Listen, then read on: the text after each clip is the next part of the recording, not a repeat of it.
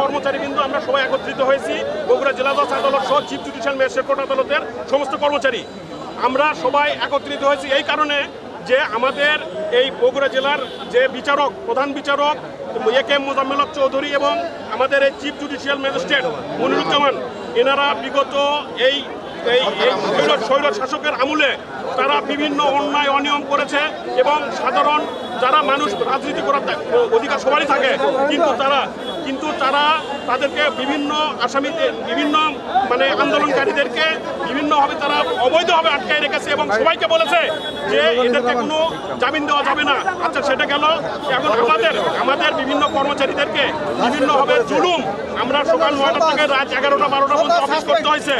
কোথায় কোথায় show cause suspend এবং খুনি হাসিনার স্বৈরাচার সরকারের সবসময় দোষরতা করছে এবং সবসময় তাদের পক্ষে কথা বলছে।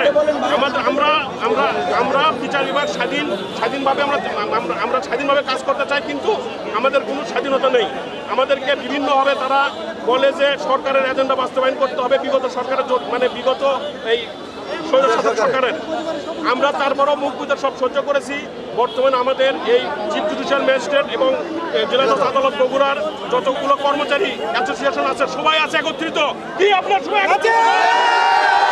সবারই একটাই দাবি, এই স্বৈরশাসক দোসরের জেলা দায়রা জজ এবং চিফ জুডিশিয়াল ম্যাজিস্ট্রেট এদের পদত্যাগ